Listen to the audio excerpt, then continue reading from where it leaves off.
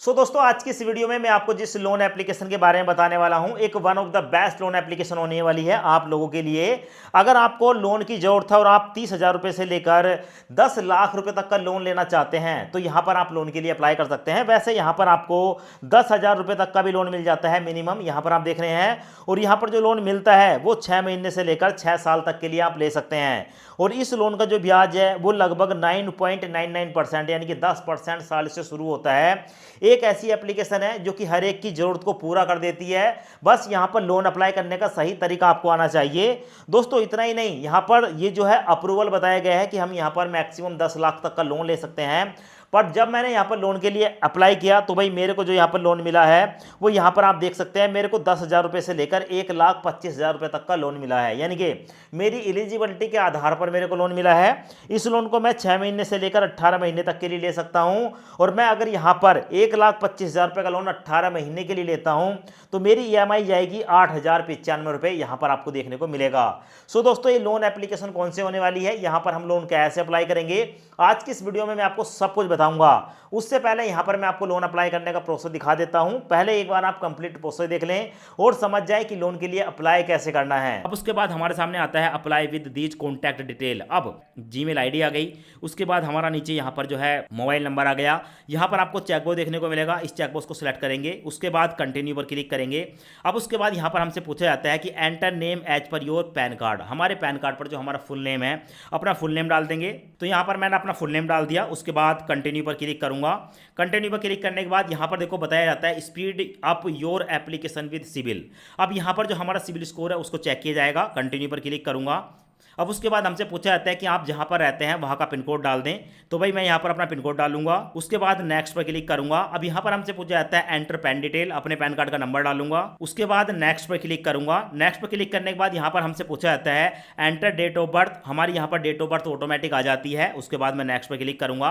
अब हमसे पूछा जाता है चूज जेंडर, आप मेल है फीमेल है या अदर किस कैटेगरी में आते हैं, अपना जेंडर सेलेक्ट कर लेंगे, उसके बाद नेक्स्ट पर क्लिक करेंगे। उसके बाद हमारे सामने आता है चूज एम्प्लॉयमेंट टाइप, हम सैलरीड हैं या सेल्फ एम्प्लॉय हैं, किसी एक ऑप्शन को सिलेक्ट करके नेक्स्ट पर क्लिक करेंगे। उसके बाद हमसे पूछा जाता है एंटर मंथली इनकम, हमारी मंथली इनकम कितनी है, अपनी यहां पर मंथली इनकम बताएंगे, उसके बाद नेक्स्ट पर क्लिक करेंगे।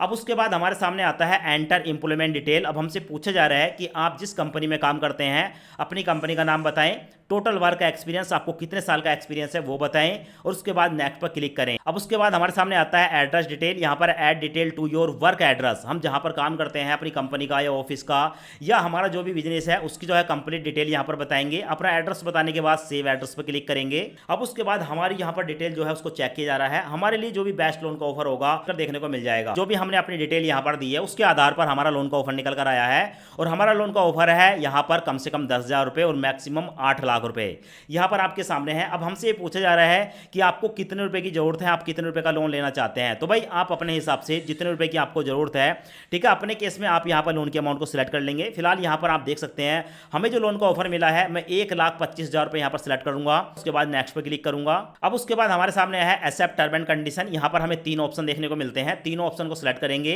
और एक्सेप्ट करने के बाद कंटिन्यू पर क्लिक करेंगे। अब उसके बाद दोस्तों यहां पर प्रोसेसिंग स्टार्ट हो जाती है। तो फिलहाल यहां पर थोड़ा सा आपको वेट करना है, उसके बाद आप देख सकते हैं प्रोसेसिंग स्टार्ट हो रखी है। अब हमारे सामने आया है हमारा कस्टमाइज लोन का ऑप्शन, यहां पर देखने को मिलेगा। अब हमें बताया गया है कि हमने यहां पर दोस्तों लोन का जो अमाउंट सेलेक्ट किया है वो किया है 1,25,000 रुपए, पर अभी भी हमारे सामने यह है कि हम यहां पर 10,000 रुपए का भी लोन ले सकते हैं। साथ में देखने को मिलेगा अगर हम यहां पर 1,25,000 रुपए का लोन लेते हैं तो हमारी EMI जाएगी 8,095 रुपए, और इस लोन को हम 6 महीने से लेकर 18 महीने के लिए ले सकते हैं। तो हमने यहां पर पूरे 18 महीने सेलेक्ट कर लिए, 1,25,000 रुपए की लोन की अमाउंट सेलेक्ट कर ली, और हमारा जो रेट ऑफ इंटरेस्ट हमारे सिविल के आधार पर निकल कर आया है वो निकल कर आया है 19.99। अब दोस्तों ये कितना निकल कर आया है मैं आपको यहां पर दिखा देता हूं। तो हमारे सामने कैलकुलेटर है, ये है 19.99 को डिवाइड कर देंगे 12 से, तो हमारा 1.66% महीने के रेट ऑफ इंटरेस्ट पर, ब्याज पर ये हमें लोन ऑफर हो रहा है। तो आप देख सकते हैं आपका जो रेट ऑफ इंटरेस्ट है कुछ ऐसे यहां पर देखने को मिल जाएगा। लोन लेने के लिए नेक्स्ट पर क्लिक करूंगा। अब उसके बाद हमारे सामने यहां पर जो है रिव्यू आ चुकी है, आप रिव्यू में देख सकते हैं लोन अमाउंट 1,25,000 रुपए है, फीस एंड टैक्सेस की बात करेंगे 4,425 रुपये यहाँ पर माइनस करे जाएंगे और बताया गया है कि 1,25,000 के लोन में हमारे बैंक अकाउंट में जो ट्रांसफर होगा वो 1,20,575 रुपये होगा। इस लोन को हम 18 महीने के लिए ले रहे हैं, जिसकी EMI जाएगी 8,095 रुपये और हमें जो टोटल रीपेमेंट करनी है वो करनी है 1,45,710 रुपये। तो भाई ये लोन कितना महंगा पड़ा वो भी मैं आपको एक बार दिखा देता हूँ। तो फिलहाल आप यहाँ पर देख सकते हैं हमारे बैंक में, ठीक है, हमारे बैंक में जो जाएगा वो 1,20,575 रुपये जाएगा, माइनस करेंगे यहाँ पर 1,45,710 रुपये।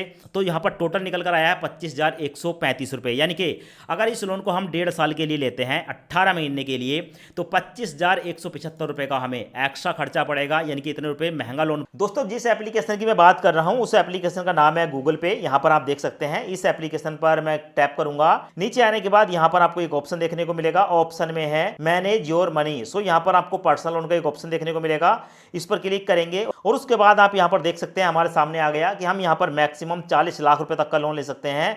यहां पर डिटेल बताई गई है, तो गेट स्टार्टर पर क्लिक करके हम इस लोन के लिए अप्लाई कर सकते हैं। पड़ेगा इस लोन को लेने के लिए कंफर्म लोन पर क्लिक करूंगा। अब उसके बाद हमारे सामने ये वाला इंटरफेस आ गया। एप्लीकेशन का स्टेटस है, हमारा जो एप्लीकेशन है, जो लोन है वो अप्रूव हो चुका है। स्टार्ट KYC पर क्लिक करूंगा। यहां पर अपनी एक सेल्फी कैप्चर करूंगा और सेल्फी कैप्चर करने के बाद अपलोड पर क्लिक करूंगा।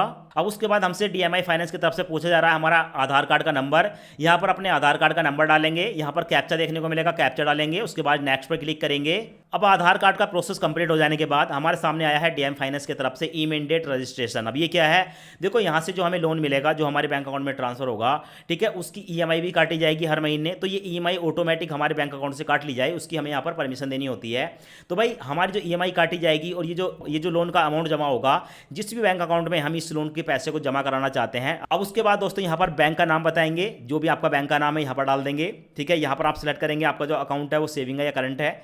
उसके बाद अकाउंट नंबर बताएंगे, IFSC कोड बताएंगे। उसके बाद अकाउंट होल्डर नेम, यानी कि आप अपना नाम बताएंगे, आपके नाम से अकाउंट है। और उसके बाद दोस्तों यहाँ पर आप नेक्स्ट पर क्लिक करेंगे तो इसी अकाउंट में आपका जो है जो भी लोन की अमाउंट होगी वो ट्रांसफर की जाएगी और इसी बैंक अकाउंट से EMI काटी जाएगी। उसके बाद दोस्तों आपको देखने को मिलेगा your loan is approve and the way of your bank account. यानी कि दोस्तों अब जो है सारे प्रोसेस कंप्लीट हो जाने के बाद ये जो पैसा है हमारे बैंक अकाउंट में ट्रांसफर कर दिया गया है। अब दोस्तों इस लोन की राशि को हमारे बैंक अकाउंट में ट्रांसफर होने में कम से कम 1 घंटे से लेकर 2-3 घंटे तक का समय लग सकता है, आपको वेट करना है।